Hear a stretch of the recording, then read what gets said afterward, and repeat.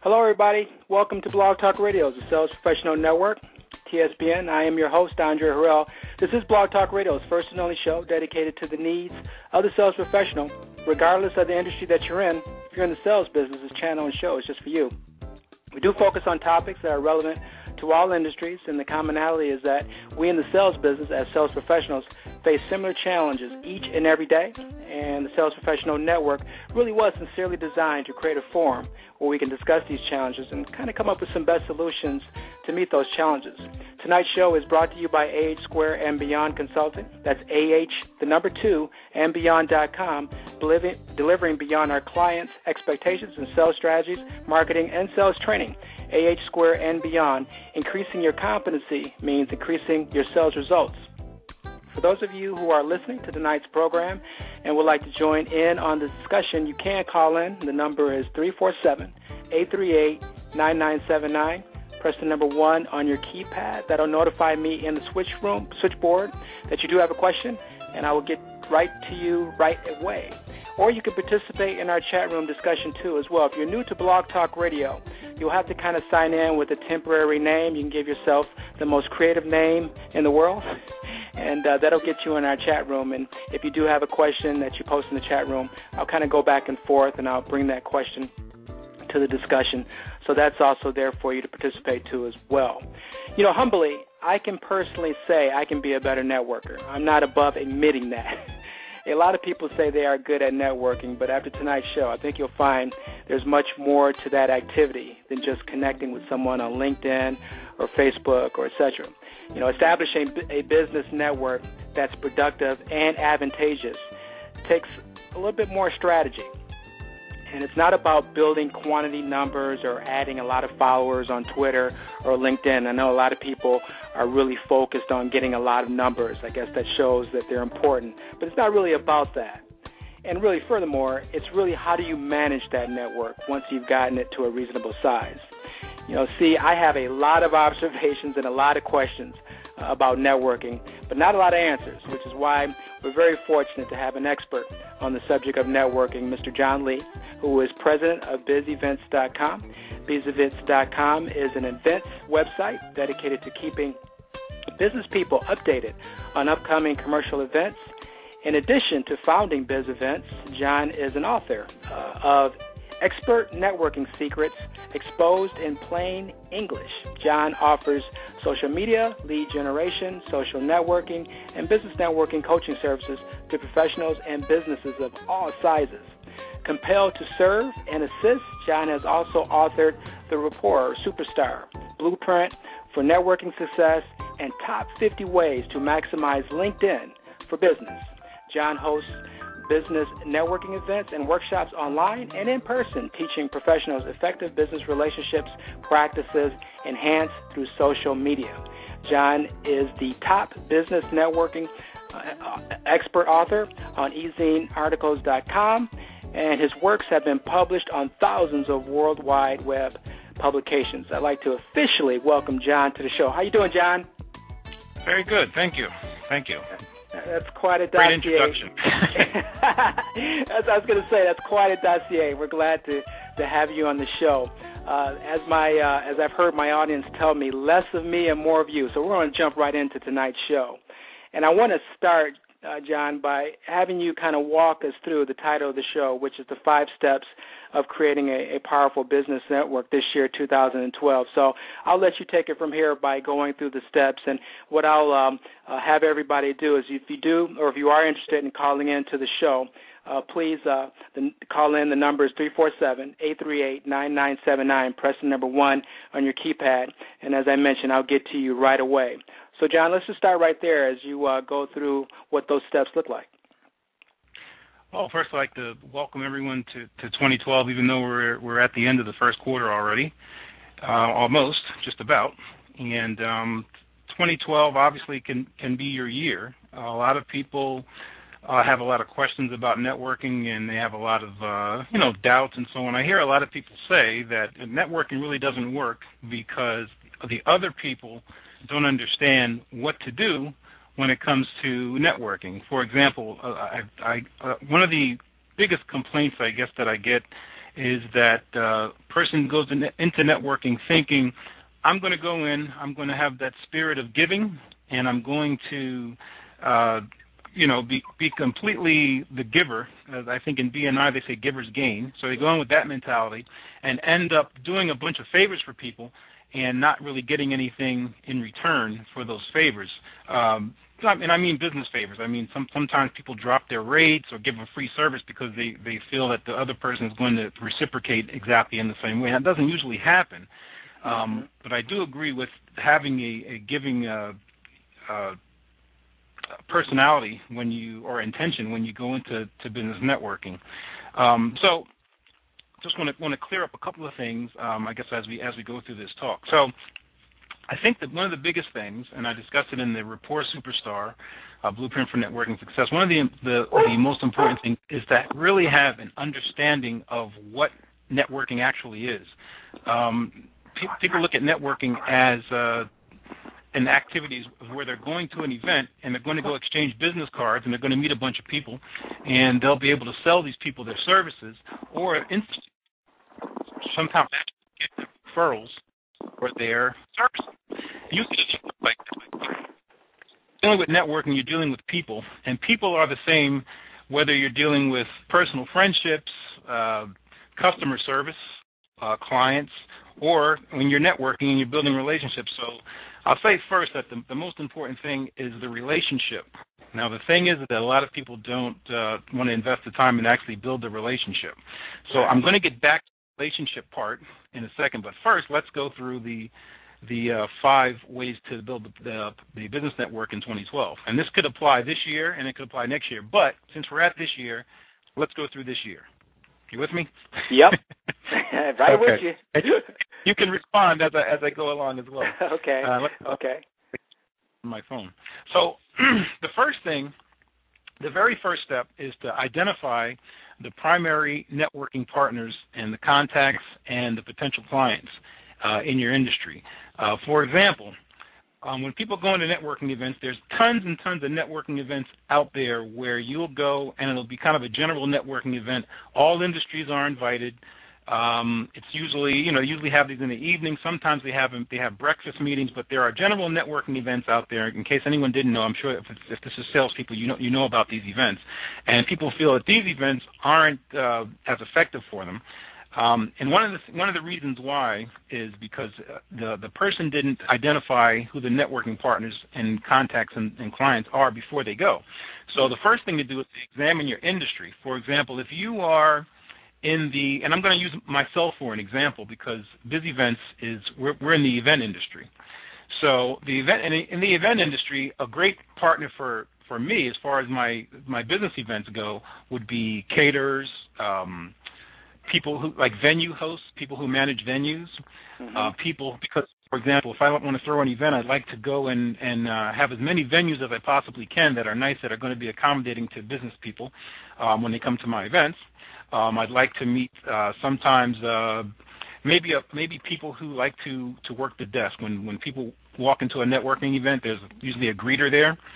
So I guess a person in the greeting industry. Also, just as far as the event industry goes, I mean, there's a lot of supplements to the event industry, like wedding planners, DJs, lighting people, even event planners, certified event planners.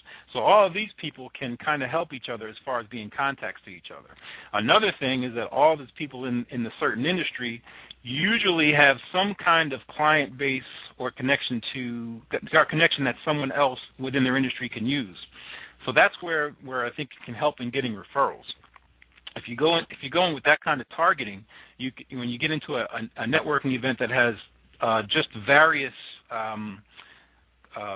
occupations and industries in there, you'll be able to identify, this person is in my target. This person is in the same industry as I am, and they are, they probably have clients that could use my services as well. So then, joint ventures can come to mind as well. But being that because you're all dealing, with the same industry, it really helps you. It really can help you out as far as clients, contacts, and having partners.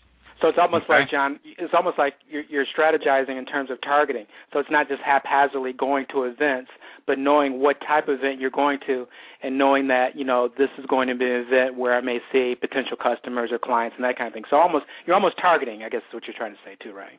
Definitely targeting. And okay. the first thing one of the first things in marketing is one of the first lessons that you learn is to target. Is right. to be really precise about who your target is. And I don't want to mislead people to say to not go to the general networking events and just stick to industry ones. I'm just saying that because the reason is this, is because when you go to a general networking event, you can meet let's say if you're a lawyer and you're looking for contract clients, for city contracts and so on, you can meet a dentist or a chiropractor who can lead you to clients as well. So, but that once again, now that goes back to what I said in the beginning. It's the relationship. It's just right. that you're just more likely to fall into the introductions and the need for your service if you're dealing with someone that's in the same industry and making alliances in that way. Okay, that makes sense. Yeah. Okay. The second step in the identifying the primary networking partners would be to ask, like, who have you or your company had the most success with? This is one of the ways to identify your partners and your clients and so on. Whatever client that you've had the most success with, that's actually a good idea to kind of look at that. And if you do that, if you've had the most success with a certain area of a client, then it may be a good idea to find out now where those people are and how you can meet with more of those people, because those people are more likely to be your clients because you've already had success with people in that category. Hey, John, can you give us an example of that, like a specific example? Just name off an industry. Be more specific. Well, I guess an example, for example, if you've had success with, if you're I'm trying to think really specific right now. If you're actually a real estate agent and you're selling commercial properties, and you have found doctors looking for space to open their doctor's office. Well, let's say dentists. I'll use dentists as an example again. For dentists, if you found dentists to be your the most success, obviously you have clients in many different categories, but you find that dentists seem to be your hot spot. You have all these clients that are in dentists. So the thing is, you're saying now, I'd like to target dentists, so I need to meet a lot more dentists. Now is the time to look into the dental industry and who are the supporting partners of the dental industry. I can't right now, but I'm thinking, I'm sure that there are insurance providers, medical insurance providers that I think that would be, service to dentists. So if you can find where those people are, or find the events that those people would go to, you may be, and obviously once again build alliances with those people. You're actually going in the right direction. Does that make sense? Yep, that's a good idea. Yep. Yeah. So that's one example. The other thing is, if you're a B2B, then who are the clients of your clients? If you have clients, this once again, it taps into targeting. If you have clients, your clients of your clients could also be a supplement to your business as well. So it's kind of like I would go looking for those people who, service your clients, because, those are going to get you more clients like the ones you have. And you can also start kind of a referral exchange as well. It's very possible there, if you're doing that, with the clients that you already have. What kind of client wouldn't like you to actually be giving them business as well, even though you're servicing them? So that's actually a supplement as well. Yeah, that's a good point. Okay. The next thing would be which businesses. I'm writing down as I'm listening to. I'm trying to engage with you, John. I'm writing down at the same time, so I hope my audience is writing all these down. But I'm sorry. Go ahead. Okay. And also, you have to ask which businesses can benefit by adding your product or service as a supplement. That's actually a good way to, once again, to identify who you need to meet. If you have a service, because joint ventures are, I think it's one of the cornerstones of actually building a business, is partnering with someone and building your business together, finding out what their goals are and what your goals are, and actually doing things together as joint ventures. So whatever business that you're in, ask yourself who can use my business as an attachment to theirs, or vice versa. And then once again, when you make that list, you'll be able to identify who those people that you need to meet are. So those are I guess, 5 good ways to get in and first of all, identify who you actually need to meet and begin to target your networking. But you have to look really closely. It does take time. It doesn't have to take hours and hours to do this, but sitting down with a piece of paper, or I never write it anymore. I always use the computer. I use Word or Notepad or something to type it in. But how long does it take to sit there and just make an outline of 10 or 20 different businesses that are related to yours and that are in your industry that you can meet and create alliances with. That's a pretty powerful network when you have alliances within your own industry and you're constantly exchanging clients and referrals. Yeah. No, it goes back to the beginning where we talked about. I mean, there's obviously a strategy that goes in place, and like I said earlier in my opening, I'll be honest with you. Networking to me was just either going on some of these social websites or just going into an event, and quite frankly, just haphazardly trying to meet as many people as you can. And you pretty much outlined, John, no, that's not necessarily effective networking. There's a strategy, and as you've kind of gone through, there's a targeting method to this quote-unquote madness, which sounds great. Right. That's kind of a network marketing strategy as well. Right. Network marketing, or MLM, will always say, meet anybody. Anybody can do this business, so just meet anyone. So, so that's exactly what an MLMer does. They'll go in and they'll meet anyone. But, as I said, if you can become, and really anyone, if you can become an expert relationship builder, then that strategy of haphazardly going in can work. But now you have to, and I have more steps outlined, where you can actually even make that work. But I think just if you're super targeted, you don't have a lot of time, I think that the targeted method is the way to go. Yeah, beautiful. You want to get into those other steps, or? Sure. Okay. Number 2. So number 1, and I'll go back and outline these when I get done. The second step is to locate all the places online and offline where they're likely to migrate. All the people that, once you identify who the networking partners are and the potential clients and contacts, you want to find the places where they're going to be. And as I said earlier, any kind of industry-centric event. To find industry-centric events, I didn't have this plan that I was going to say this, but everybody's familiar with Google and the search engines. So it's really easy to kind of go to Google and put into parentheses whatever your industry is, and then type in events. You can type in, for example, event industry, networking events in Philadelphia, since this could be anywhere. Obviously, I have listeners from all over the place, but it could be just Philadelphia, and that's a good way to now narrow it down to try to find the events that are in a certain area.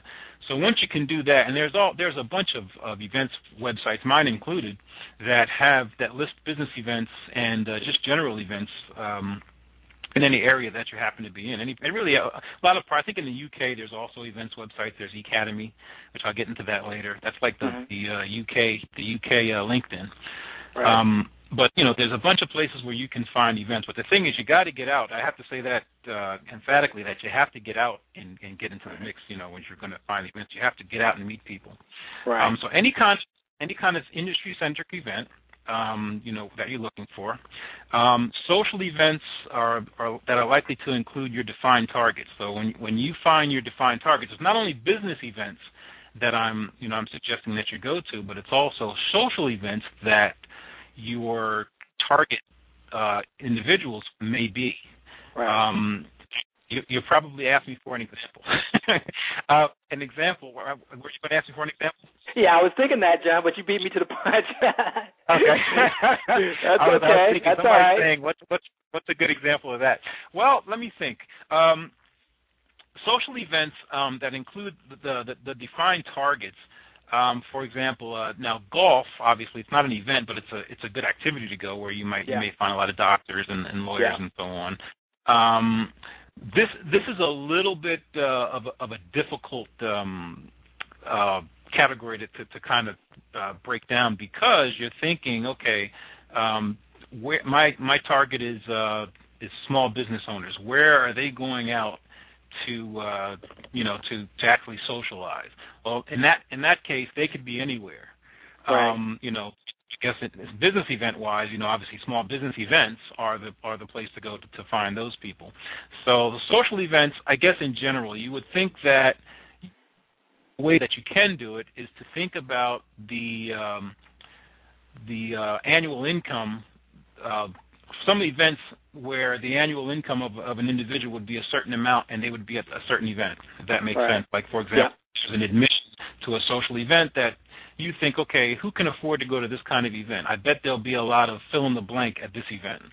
So you can kind of say, okay, well, I think that there would probably be a lot of people in this target at this event, so I'll go to this event. And once you get there, obviously your relationship skills are going to have to take over.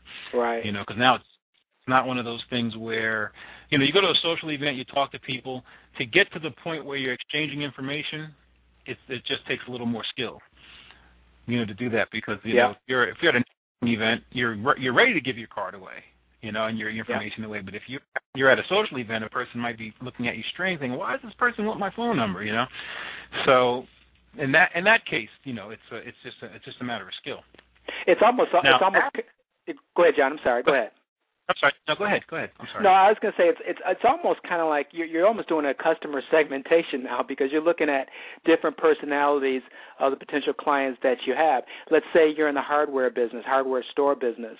Well, I've never had any association with the hardware store business, but the assumption is that building is probably an interest. So if you found an activity, a social activity that's related to, let's say, building, that might give you an idea. Or if it's just gathering word of mouth or finding out where your customers go to quote-unquote play, could also provide you another hint of where they could be from a social event standpoint. But it goes back to, again, what we talked about earlier, strategizing in terms of, kind of peeling back the onion and finding out where do folks go that is of interest to them, that is somehow, I guess, goes back to relating to what they do for a living. So that seems like that does take a lot of strategy. Absolutely, it definitely does. But once you build your skill, obviously it's not finite. It's not limited to what we say here. But there's a bunch of ways a person with an imagination can think to find social events that their target may be at. It may be as simple as just going out to a restaurant or something. Yeah. Where they think that that, for example, as I said, looking at the annual income. As simple as going out to a restaurant and just meeting people that way. That's one of the ways to do it. The other thing, now that's physically getting up and going out. That's actually, in real life, getting up, going out, finding places. That's one way to do it now. The other thing is online, which is online nowadays because of social media, and that's that's one of the things my company specializes in, as well as live events. Also, social media networking and lead generation, or social media lead generation, and that is online. There's tons and tons of discussion groups which are industry centric as well. There's just a numerous amount of discussion groups, and a great place to find these are on LinkedIn. Yeah. If everyone should be familiar with LinkedIn.com. eCademy.com is the LinkedIn for the UK and for Europe. Facebook fan pages, and I'll get into that in a second about Facebook fan pages, because the strategy when you're going into online discussion groups is to locate, once again, the people that you are looking to do business in some way, partners, contacts, or just clients, or just to have them in your business network. When you get on LinkedIn, for example, you can go to groups, create your LinkedIn profile and go to groups, and then you can just type in what industry you're in or industry that you're looking to sell to. Now, one of the mistakes that people make when they do this is that they get into the LinkedIn groups and they're thinking, I'm a salesman, so I'm going to get in there and I'm going to just get it, and I'm going to pitch what I have. I'm going to put my offers up, and so on and so forth. And that you can do that, but you have to remember how people are going to react to your post for sale. Right, Probably right. 10 other guys or 100 other guys that are doing the same thing. Not to mention the person who runs that discussion group sees these posts as well, and now you can be, into the spam category, and you can get kicked out of the group. I'm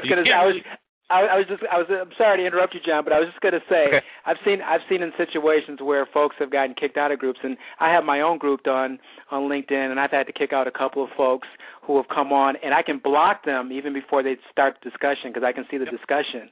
And you're right, that absolutely happens, and you get people coming on that don't necessarily have anything to say in terms of the subject matter, but are trying to sell their wares. But I was going to say, you can't kick them out, but I'm sorry, go ahead. Well, it's like the equivalent of a person who goes to a networking event and goes in and says, "Hi, how you doing, Andre? My name is John, and I sell social media services, and I throw networking events. And I want to know, does your company need an event right now? Because we could do this and that." And then I go into this long pitch about what it needs, and then you're saying, "I'm not even interested in an event." But he's been talking to me for 10 minutes about how great he can do it, but you're not interested. So it's the equivalent of that person who goes to networking events to sell and doesn't want to develop the relationship. So I guess one of the pieces of advice, which a lot of people may or may not know, when you go to a networking event, you want to just shake hands, say hello, and there's some really good key questions that you can ask just to get a dialogue going. And one of the things, once you get the dialogue going, you want to kind of ask yourself, who do I have chemistry with? Mm-hmm. And that's the thing. That's another thing that I think a lot of people in my workshops and so on, they'll ask, is they'll say, I try to network with all these people and it didn't work, and then I'm asking, well, who did you have the most chemistry with? Because networking, relationship building actually is something that we've all been doing our whole life, but we just have never been strategic at it. So it's really the same thing, but with a little bit of strategy. Yeah. So when you get into these networking events and you're talking to people, and you're going to follow up and talk to them later on, you obviously have to think, this person was in my industry. They might have clients that I can use and vice versa, and they can be a great contact. But I really honestly didn't like this person. I didn't like the way I didn't like the way I felt from the talk.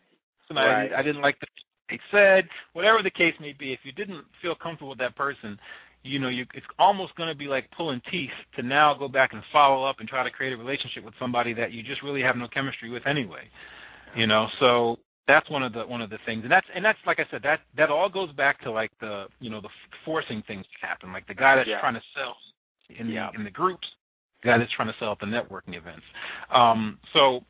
The other thing, the fourth thing in locating the places where they'll migrate is to establish contacts for introductions. Well, I'm sorry, to actually use your established contacts. I'll say it better. Use your established contacts for introductions. Now, for example, you can go online, you can go into the groups to the discussions, or go to the live events and find people that are they're in your category. Or you can already use the contacts that you already have. Now that you, very importantly, have identified who you're looking to meet and connect with, you can go to your contacts. You can either give them a phone call or you can send them an email or whatever and ask, who do you know who, fill in the blank, is in this industry. I'm building my business network. You're a colleague of mine, or you're a connection of mine, you're a friend, or whatever the case may be. Do you happen to know anyone who is in the fill-in-the-blank industry that I think I could network with? And then don't give the person too much work. Give them a list. A short list, obviously. Don't give them a long list, because then they'll say, man, this email is 1,000 words long. I'm not reading this. I was going to say, especially if you don't even know that person. I mean, you're inquiring them to provide you information without knowing them. Yeah. Oh yeah. That's when they really won't read the email. But that's five things. Just like 5 things that say, do you know anybody who 1, 2, 3, 4, 5. Thanks a lot. If you can help me out, great. Otherwise, it's great. We're connected, and so on and so forth. And I have many examples. I teach that as well of the pre-written emails that you can send thousands of people that but they're personalized.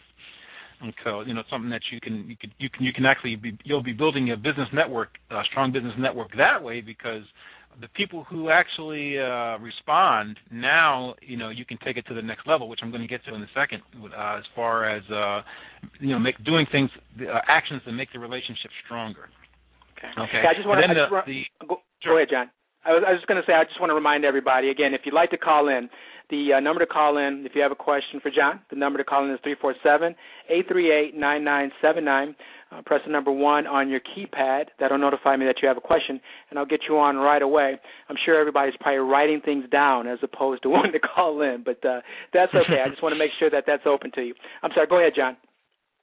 Sure. Now the fifth thing involved in locating the places where they migrate is to actually host your own event, and that means host your own networking event or whatever event. It could be a product launch, it could be anything. But I would say networking is a good category. But you can do other things that you think that your target would like as far as events go.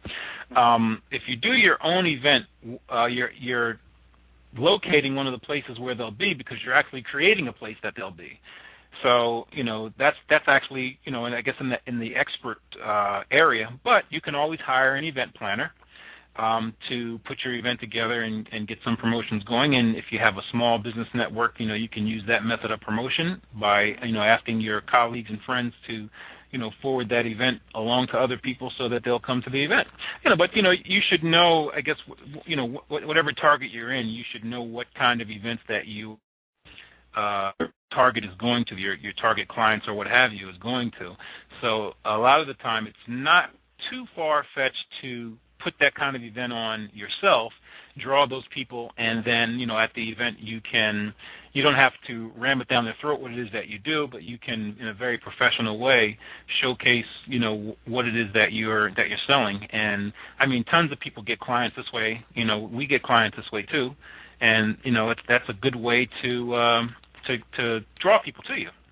And, I was gonna say, preparing for your own event, I'm sure that probably takes a lot of, I don't know if I want to say a lot of work, but obviously it takes a lot of forethought in terms of thinking of what type of event that you're trying to have. There is a question in the chat room. I want to throw this out there because it could also relate to what you just said, John, versus if you didn't prepare for an event and you went to an event. But I was expecting to get this question, and it's come up. Here it goes. Events can be very expensive, as there always seems to be a hefty administration charge. What are your recommendations on targeting a low-cost networking events if you are on a shoestring budget? So that's one question if you're going to an event and you're selecting an event. But then on the part B of that question is, if you're thinking about putting together an event for yourself, are there ways to provide, I don't know if I want to say an economical cost event that's going to get you the return on investment that you're looking for?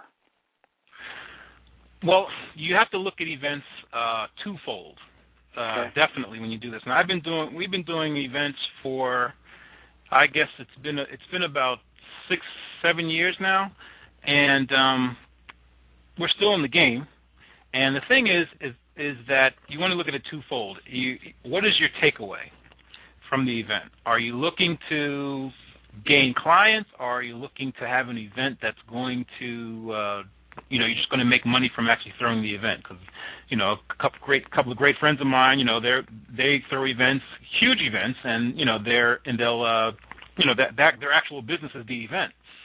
In my case, we do successful events as well. However, a lot of the times we can do events where we're looking just to gain clients. So you can do an event pretty affordably.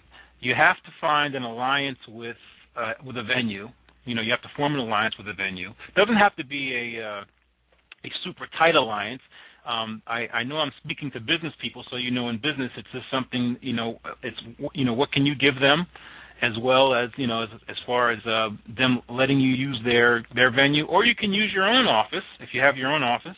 You can use your own place of business for an event. I know a lot of businesses do that. I think that's a great thing because you're bringing people into your business. You're showing them, where you operate. And if you have a great professional office, that's great. Now, if you don't, there's tons of there's hotel rooms. Not rooms. I mean, there's hotel. When I say rooms, I mean the conference rooms and so on. Conference rooms, right. You can get restaurants. A lot of restaurants have an extra room in their restaurant for for parties and so on. So a lot of times the restaurant will let you use their room. You'll have to pay a fee. Sometimes you can get it where you don't have to pay a fee, but as far as we're talking, economy or eco-friendly or events where they don't cost too much, you have to think about what is the takeaway from the event. Okay, so if I get one client, if I have 30 people at my event and I'm able to get one client, how much is that client going to bring my business? And if it's going to beat the price of what the event cost to put on, then it was absolutely worth it if you're going to make a profit from that.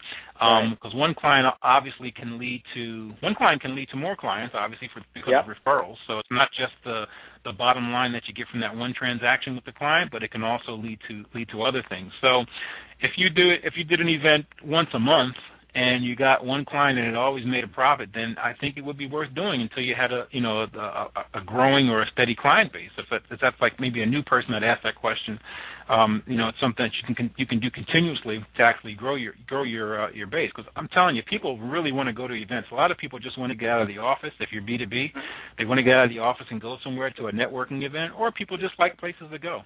And there's. Go ahead, sorry. No, and it sounds like you have a preference, John. Just for clarification for my audience, when you talked about person-to-person networking events versus online, I know it sounds like you have more of a preference of a person-to-person type networking, just getting out of the house and getting among folks in a more, I guess, close proximity physical standpoint. Is that correct?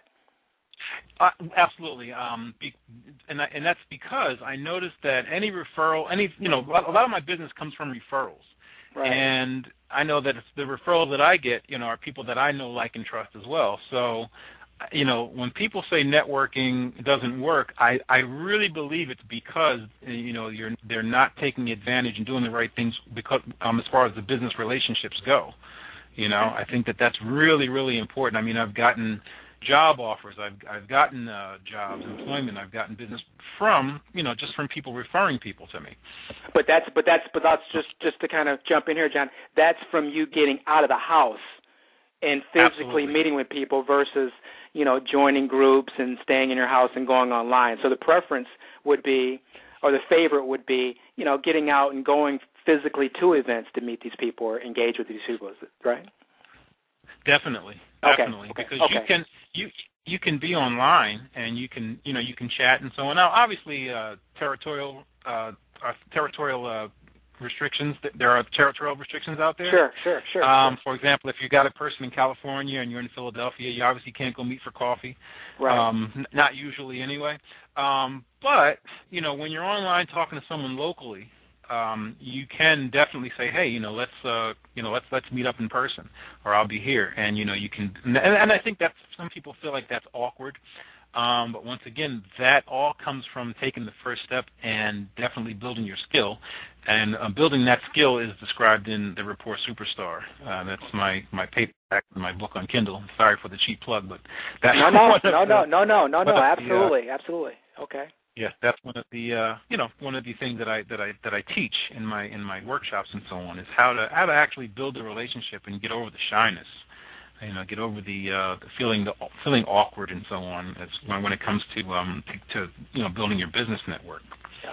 So hosting events, I guess we're just about over halfway through. So I have a bunch more things here. Any other? Did you have another question before I go to the next? No, I don't have another question. If anyone wants to call in, again, the number is 347-838-9979. Press number 1 on your keypad. If you do have a question for John, I will see that you do, and I'll get you on immediately. Okay, John, go ahead. Okay. So step number 3 would be to organize your plan of action, including what the desired results are. So, you want to organize what you're actually going to do. And when I say organize your plan of action, keep in mind what the results are.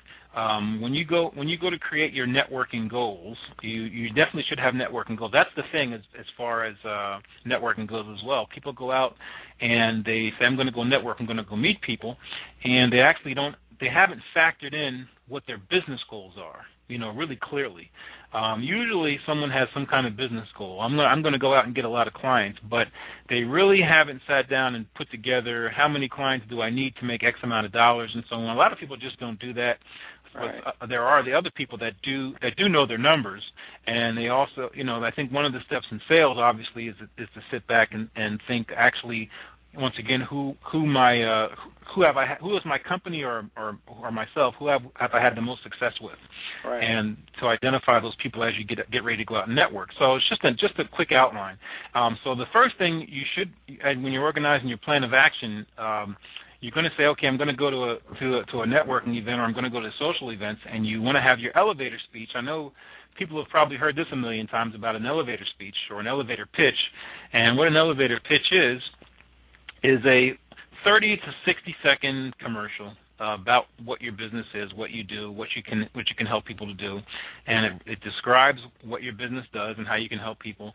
And they call it an elevator speech or pitch because it's if you're in an elevator for 30 seconds or 15 to 30 seconds or longer, if someone asks what do you do and they happen to be a potential client, you want to be able to blurt it out pretty quickly and say what it is you do. So elevator speeches change a lot as you go along. One of our slogan for our company in elevator speech, I guess for me, is that we help professionals to obtain business networking excellence. And when I say that kind of makes a person ask the question, well, what does that mean? And then I go into how we do that. With our seminars, we teach people. I'm a business networking coach. We teach people how to improve their business networking and even social media and so on. So it opens up the door for somebody to ask you to ask you a question, make it a little provocative. And I was going to say we call that the bite in the sales business, John, which is give them just a little bit, to be inquisitive, so that they ask the question. And guess what? You just increased your time in the elevator and probably off the elevator. So that's exactly right. Yep. Absolutely. Because once that happens, if the person's in a rush, they say, "Do you want to learn more? Here's my number, or yep. Give me your card," and they'll say, "Definitely call me," or what have you. But it opens up the dialogue. Key word, yep. It opens up the dialogue. Yep. So in the plan of action, you want to also schedule how many events or time, even online, that you're going to spend. This is people that are just hammered with time restraints and so on. So, you can get lost on the Internet. You can get on the Internet and surf, and before you know it, 3 hours is going by, and you really haven't gotten any work done, or you've been, just messing around on the Internet and haven't really done anything. So you want to schedule how long you're actually online in these groups. You can actually, for example, like as I said, a strategy earlier was to go into the groups that you're targeting. And actually, I didn't really go through it that much. But if you go through these groups that you're targeting, you can kind of build up your expert status by asking the right questions within the group or commenting on the posts that are already there. That's actually a great way to show your expertise and to kind of segue into the service that you provide as well. Mm-hmm. You don't I think on LinkedIn, you don't always have to segue into the service you provide, because on LinkedIn, obviously, the person can look at your comment, and if you said something that interesting, they can right. go back and look and see what it is that you do, that's right. one of the great things about LinkedIn as well. But this is on any business networking website. And I just want to go back for 2 seconds and touch on that strategy, because that strategy is actually something that you can use on a Facebook fan page if you have a target market that you're looking to sell to. And there's a lot of targeted local fan pages that are, they're centric towards an industry that a person's target may be in. And you can go to the Facebook fan page, and you can actually look at some of the comments on there, and you can do the same strategy. Obviously, you have to like the person's page first, and then you can get in there and you can actually comment on some of the subject matter that's in there, and people see your comments. Yep. So that's a great way for self-promotion and exposure. Yep. And the other thing is to this goes into the relationship cycle, which I'm excited to talk about this, because I think that the guy who goes into networking events and says networking doesn't work and he tries to sell and so on, this is the part that he or she doesn't understand. The subject matter that you are going to discuss as you're putting your plan of action together, you should plan what the subject matter is. Phase 1, Phase 2, Phase 3, Phase 4, and so on. When when you're going to a networking event, and this I think is what I'm going to say is really helpful to a person who may have felt like they were spinning their wheels. When you plan your subject matter, and you know that you're doing this in stages instead of trying to get everything in one shot, then you'll understand this a little bit better. When you go to a networking event, if you choose that route, or even online, if you're commenting, remember the cycle of exposure, I guess. For example, if you go to a networking event, you meet someone, you're asking them about their business, they ask you about your business, you talk about business, but then one of the things you can also ask, because you're just meeting initially, is what is a typical day like for you? What's a typical scenario like for you? Or how was your day today? Was it typical, or was it different from typical? Was it exciting today? A lot of times people will say, and they'll kind of give you an answer. They'll say, it was just the same old day, same old thing today as yesterday. And I say, oh, really? It's like, oh, so do you like what you do? And you kind of go into, you're not getting really personal, right. But you're asking a personal question, but you're not going too deep into their life. You're just kind of asking them, what do you like, and so on. So from those types of questions, now you start to open up dialogue, and you're allowing the person to talk about their favorite subject, which is them. So that's usually that's what people like. They like to talk about themselves, and people feel a lot comfortable if you use your ears. I have a chapter in the Report Superstar about effective listening, because listening is looked at as a passive activity, but it's really an active activity if you use it the right way. Yep. If you ask a person a question and then you really listen. Some people ask questions, they go halfway, they ask questions, but they don't really listen. You have to really listen to what the person is saying. Then say, okay, gotcha. And then you'll also go ahead. No, I was going to say, I do I have a segment of a type of a training that I do. It talks about the levels of listening. So I'm almost jumping out of my chair listening to you talk about listening skills, because there's different formats of listening, and what you just kind of described is not the act of listening. It's the listening. I'm looking at you. I'm kind of hearing what you're saying, but I'm either trying to prepare what my comeback is going to be, or it's all about me, and I'm just looking at you just to give you respect, to let you know that I'm phonally listening to you. Yes, that is very, very common. Because I think we all get anxious. I'm not exempt from that. I get anxious as well sometimes when I'm talking to somebody, and you just kind of want to talk, But one of the things I learned, I guess, from one of my coaches is when you feel like that, it sounds silly, but you can actually put your hand over your mouth to stop yourself from talking. Kind of remind yourself, listen. That's a good idea. Listen. But I guess I was talking about the relationship cycle, and when you're talking, I guess I tangented off a little bit right there. But when you look at it in stages, you're thinking, okay, I'm going to a networking event. I'm going to just meet people. Tonight is just the first time I'm meeting somebody. And sometimes you go to enough like I do, you see people that you've met several times. Sure. Which is great, because that makes the relationship a little bit stronger. That you're talking again.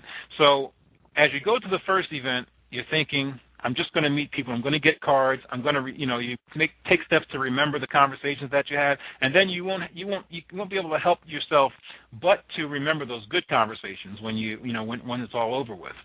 So that's the first stage. The second stage is obviously to follow up with the person and have coffee or something, or have lunch, and I'm going to get into that. That's actually in the fifth step. But the first stage is to obviously just meet and talk and develop a magic word, once again, rapport. Develop a good rapport. Yep. The first, once you develop that rapport, you can become a rapport superstar, and that's what my what my theme is that you can if you can become a rapport superstar, you always have the option of taking it to a step further. So the thing is to remember that relationship cycle and to just develop rapport, and then from that point you can do a number of different things. So and this is in the organizing the plan once again. You have to come up with the amount of friendly follow-up meetings, either weekly or monthly. I make it a practice to go to at least 2 networking meetings every week. Networking meetings meaning going out and having coffee or lunch or breakfast with someone that I've set a networking event, or someone that I've already have an established connection with, and saying, hey, we haven't talked for a while, let's go have lunch, or let's go, have breakfast, or let's go have coffee at Starbucks or something. These are the kinds of things that, people don't look at as networking, but it absolutely is. People look at networking as, oh, I'm just going to go to an event and exchange cards. But networking is process. You're going to meet the person, you're going to develop a relationship, and then you're going to, see what happens with it. And that's, you should plan out when you organize your plan of action, you should plan out what, how many events you're going to go to. I'm sorry, how many meetings you're going to have weekly or monthly. Now I'm going to fly through the rest of it. See, we have about 9 minutes left. I also want to rate the method, take track the rate and the method of perpetual communication, meaning how many, and I think I just said that, how many coffee meetings or networking meetings are you going to go to per week? Like I said, I guess my minimum is 2. So I try to get on at least those every week, every single week. The fourth step is to execute your plan and to get engaged. And so the thing is, as you've come up with those first 3 steps, now it's time to get out and attend and participate in the planned activity that that you set up. Make sure that you get out there and get it done. The step 2 in that is to keep the schedule and tweak it as needed, because you might sit back and say, okay, I'm going to make sure that I go on 3 networking events a week, and then I'll have 12 appointments every week. But then you might get into that flow and say, this is too much. I can't do this. This is impossible. So now you have to actually tweak it. Don't stop and get discouraged, but you just have to tweak it. The relationship comes, in that follow-up meeting. So you can't just not go to any follow-up meetings and so on, or say it just doesn't work, it's too much. You have to tweak it to your schedule. Sure. And you have to obviously be engaged in that process. And also, once again, adjust the subject matter as needed, initially and in the follow-up conversations. When you meet someone in a networking event, once again, as I said, you just want to develop rapport. You want to get your rapport going, sit back later and say, who did I really get a good feeling about? Who did I really have chemistry with? And adjust your subject matter. When I say subject matter, I mean when you are speaking to them initially, because you're asking questions and listening, you're going to adjust what you're saying to them in a way that's going to make the conversation positive. Right. And going to keep it going in a positive way. But now it comes to the follow-up part, where you're having follow-up conversations either through email or through telephone, and you're going to make sure that the things that you discuss, once again, are a continuation of the previous conversation. So you're going to, you're not going to turn the positive vibe into a negative vibe. You're going to keep the conversation positive, so that it'll lead to, if anything, a friendship. There's nothing wrong with making friends. A lot of people. I met with a guy a couple of weeks ago. He's a younger guy, and nothing against younger people, by the way, because I'm in my 40s. But I think that when I met with him, it was meant to be a networking meeting. We're meeting. We're going to, it's just a rapport builder. We're going to talk about our businesses and so on. But and obviously life as well. I mean, that's one of the things that you have to do that when you're building businesses. You don't have to be get too personal, but you should talk about things in life that kind of make you feel comfortable with each other. Absolutely. So he pulled out his sales material and was showing me all these things I could buy from him, and immediately that kind of just it made me uneasy. That right. I feel well, like I was asking him, like, so are you from the area? Did you grow up here? I asked him these questions because I'm trying to develop a friendship or something, but he was really interested in selling something. And not that I wouldn't have bought from him, but on his end, he has to think, why would I refer someone to you? Like, I don't know much about you. That's the thing about businesses, large and small, what maybe a lot of people don't know, is that those decisions made in businesses, even in multi-billion-dollar acquisitions and so on, are usually from, I know Bill, and he's got this company, he's looking to sell it. I'll sell it to this person, or so on and so forth. Like, it happens from the small scale to the large scale. So making making networking work in that way is key, So that's what I'm saying. Like the networking meeting that I had, I kind of said,